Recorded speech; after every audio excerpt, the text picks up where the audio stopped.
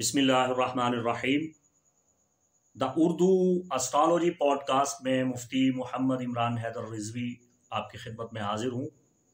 आज के इस वीडियो में मैं आपको बताने जा रहा हूँ नॉर्थ नोड और साउथ नोड के बारे में, जिन्हें हिंदी में राहु और केतु कहा जाता है, उर्दू में, अरबी में, फ़ारसी में रास और ज़म कहा जाता है, और मॉडर्न एस्ट्रोलॉजी में इन्हें नोड्स कहा जाता है, जबकि केतु को ब्लैक मून भी कहा जाता है। वैदिक और ज्योतिष सिस्टम में इन्हें कुछ अच्छा तस्वुर नहीं किया जाता, इन्हें बुरा माना जाता है, नहस माना जाता है। सबसे पहले बात ये अच्छी तरह से नशीन कर लें कि ये दोनों सैयारे नहीं हैं, ये सैयारचे नहीं हैं, ये स्टार नहीं हैं। ये सूरज और चांद की रोशनी और साया है, जो उनके कोनों से साया और रोशनी बरामद होता है। तो रोशनी का नाम नॉर्थ नोड है और अंधेरे का नाम साउथ नोड है, और ये दोनों हमेशा जायचे में एक दूसरे के मध्य मुकाबिल 180 डिग्री पे रहते हैं। 18 जनवरी 2022 से लेकर 12 जुलाई 2023 तक राहु बुर्जे सौर में क़याम करेगा, जबकि उसके ठीक मध्य मुकाबिल 7वें घर में केतु बुर्जे अक़रब में क़याम करेगा।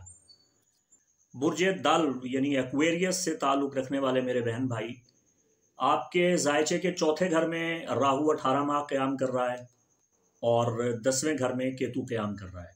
ये दोनों आपस में एक दूसरे के मध्य मुकाबिल 180 डिग्री पे आपके जायचे के चौथे और 10वें घर में क़याम पजीर रहेंगे। अब सूरत हाल ये है कि राहु अगर आपके पैदाइशी जायचा में अच्छी हालत में था, तो ये वक्त आपकी ज़िंदगी में एक ऐसा अच्छा वक्त आया है, ये 18 माह का वक्त, कि अगर आप बेवतन थे तो आप वतन में आ जाएंगे। अगर आप कहीं जाना चाहते थे, नकल मकानी करना चाहते थे, वो हो जाएगी। अगर आप अपना मकान बनाना चाहते थे, बन जाएगा इंशाल्लाह, कोशिश कीजिएगा। अगर आप जायदाद की ख़रीदो फरोख्त करना चाहते थे तो कीजिए। अगर आप प्रॉपर्टी का काम करते हैं, आपको फ़ायदा होगा, आपकी किस्मत को चार चांद लगने वाले हैं। अगर आप अपने मकान की तामीर करना चाहते थे, असर नौ तामीर करना चाहते थे, मुरम्मत करना चाहते थे, तज़ीन व आराइश करना चाहते थे, तो ये बेहतरीन वक्त है, इंशाल्लाह आपको फ़ायदा होगा और ज़मीन आपको नफ़ा देगी। वालिदैन से आपको बहुत फ़ायदा होगा, वालिदैन की खिदमत से आपको फ़ायदा होगा।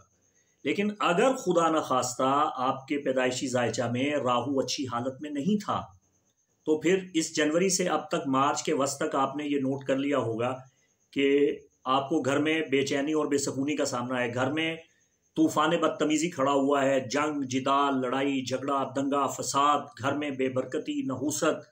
और जब आप घर से बाहर जाते हैं तो आप रिलैक्स फील करते हैं कि ओह खुदा का शुक्र है, मैं मुसीबत से बाहर आ गया। लेकिन जैसे ही आप घर में आते हैं और आपको यूँ महसूस होता है कि आप तो मैदान जंग में आ गए, और घर में इस कदर बेसकूनी है और घर में बेइत्मीनानी है और घर में आपको जिस्म में दर्दें महसूस होती हैं और ज़हनी सुकून नहीं मिलता, और आप चाहते हैं कि मैं घर से निकल जाऊं, तो फिर यकीनन आपके चौथे घर में राहु अच्छी हालत में नहीं है, आपके पैदाइशी जायचा में भी अच्छी हालत में नहीं था।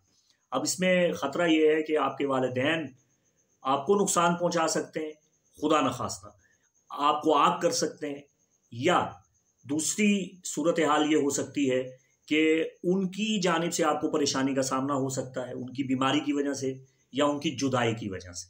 तो चाहिए कि अपने वालिदैन की खिदमत कर लीजिए। अगर रूठे हुए हैं तो उन्हें मना लीजिए और उनसे दुआ करवाइए, क्योंकि खुदा न खास्ता वालिदैन की तरफ से कोई ना कोई सदमा या कोई तकलीफ़ या कोई परेशानी आप देख सकते हैं।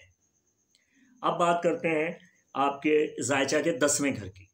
10वें घर का ताल्लुक आपके फेम के साथ है, आपके फॉर्च्यून के साथ है, आपकी किस्मत, आपकी डेस्टिनी, आपकी लक।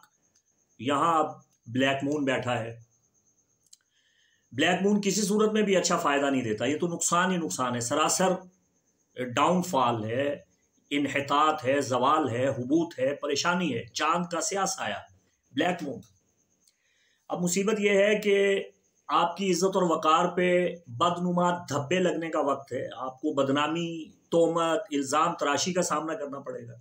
आपकी बनी बनाई साख खुदा न खास्ता मट्टी में मिलती हुई आपको नजर आएगी। मेरा ये वीडियो सनद रहे, इसे याद रखिएगा कि ये 18 माह का अरसा आपकी इज्जत और वकार पे किस तरह कीचड़ उछाला जाएगा।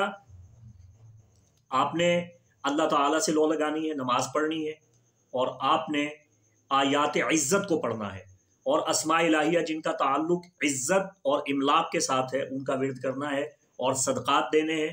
अगर आप किसी साहिब इल्म से पूछेंगे या मुझे मेल करेंगे तो मैं आपको बता दूंगा। आपने कोई भी ऐसा कदम नहीं उठाना जिससे आपकी इज्जत पे आंच आए, चूंकि केतु तो इस इंतज़ार में रहेगा कि आप कोई ऐसा गलत कदम उठाएं, कोई गलती करें तो वो आपका नाम मिट्टी में डबो दे और आपकी साख मिलिया मेट कर दे, और आपको दुनिया का सबसे बदतरीन इंसान बना के, गंदा तरीन इंसान बना के दुनिया के सामने खड़ा कर दे कि लो जी इससे बुरा तो कोई भी नहीं है। ये तासीर उसे अल्लाह ने दी है।